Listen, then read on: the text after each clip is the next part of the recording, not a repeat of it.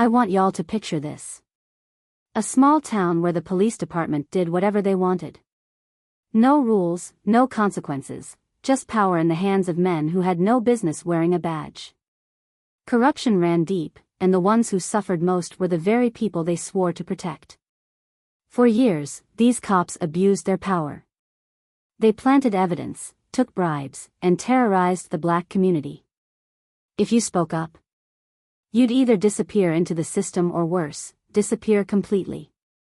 Families were torn apart, innocent men thrown behind bars, and justice? Justice didn't exist in this town, not for people who looked a certain way. Folks in the town were tired, but what could they do? Who do you call when the ones supposed to protect you are the ones causing the harm? Then, one day, everything changed. Word spread fast, a new police chief was coming to town. Nobody knew much about him, just that he was from the city and had a reputation for cleaning up dirty cops. But talk is talk, right? Folks had heard promises before, only to watch things stay the same. Hope had become a dangerous thing, a fragile thing that people didn't want to hold on to just to see it crushed again. Then Chief Harris arrived. Tall, built like he belonged in the military, and with a look in his eyes that said he'd seen it all. But the thing that had people talking the most? He was black. A black man running a police department in a town where law enforcement had been used as a weapon against his own people. That alone sent shockwaves through the station. The corrupt officers were nervous. They had run this department however they wanted for years, and now they had to answer to a black man? Oh, they weren't having that. They thought they could intimidate him. They thought they could break him. They didn't know who they were dealing with. From day one, Chief Harris made it clear, things were gonna change. He reviewed case files, started questioning officers, and put a stop to the nonsense. He made it clear that if you had skeletons in your closet, now was the time to pack up and leave before he exposed you. Some of them laughed at him, thinking he was just another suit who would talk tough but do nothing. But Harris wasn't just talking. He had been sent with full authority from the state, and he had one goal, to clean house. And that's exactly what he did. One by one, the truth started coming out. Body cam footage that had been lost was suddenly found. Victims who had been too afraid to speak finally had someone listening. Officers who had built their careers on lies were being taken away in handcuffs, their mugshots plastered across the evening news. Some of these men had sat in courtrooms, testifying under oath, sending innocent people to prison with their false reports. Now they were the ones behind bars. But not everyone went down without a fight. Some of the officers started working against Harris in secret. They sabotaged investigations, leaked information to protect their own, and even tried to set him up. One night, Harris's brakes were cut. If it wasn't for his instincts, the drive home could have been his last.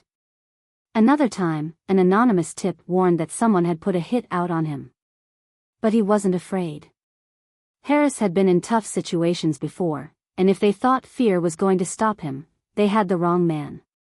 The community saw his fight and started standing with him. People who had once been too scared to speak came forward. They held protests, wrote letters, and demanded justice. Elders in the town prayed over him, warning him to be careful, telling him stories about what had happened to others who had tried to stand up before.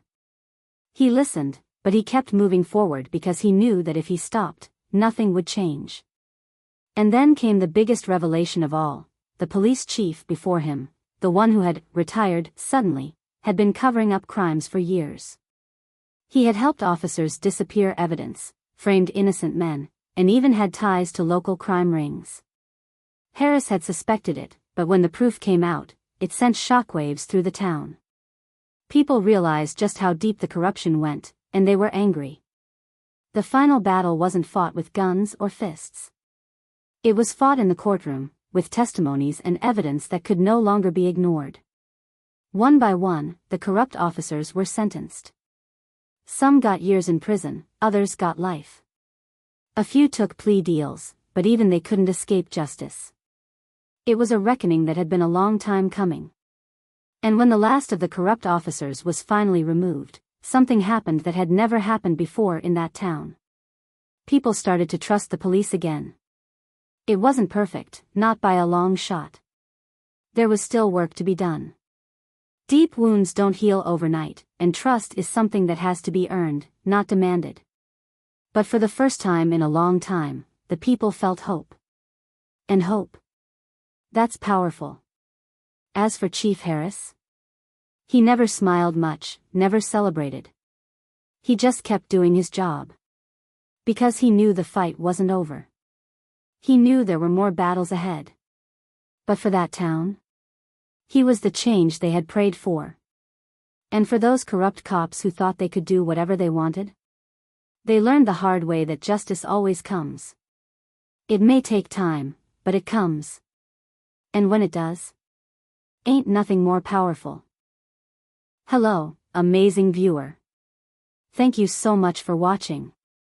If you enjoyed this video, don't forget to hit that like button, thumbs up, subscribe to the channel for more awesome content, and ring the notification bell so you never miss an update. I'd also love to hear your thoughts in the comments section below. Let me know what you think. And if you found this video helpful or entertaining, please share it with your friends and family. Your support means the world to me and helps this channel grow. Thank you for being here, and I'll see you in the next one.